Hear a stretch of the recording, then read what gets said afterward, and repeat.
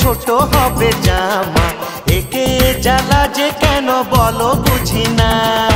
বড় যতই হই ছোট হয় জামা একই জ্বালা রে একই জ্বালা বলো না।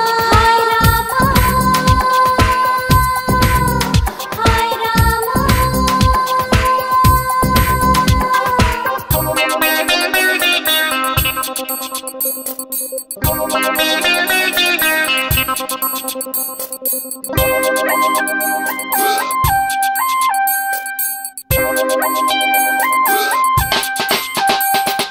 তুমি কুমারী ভারী সুন্দরী দেখে যে লোকে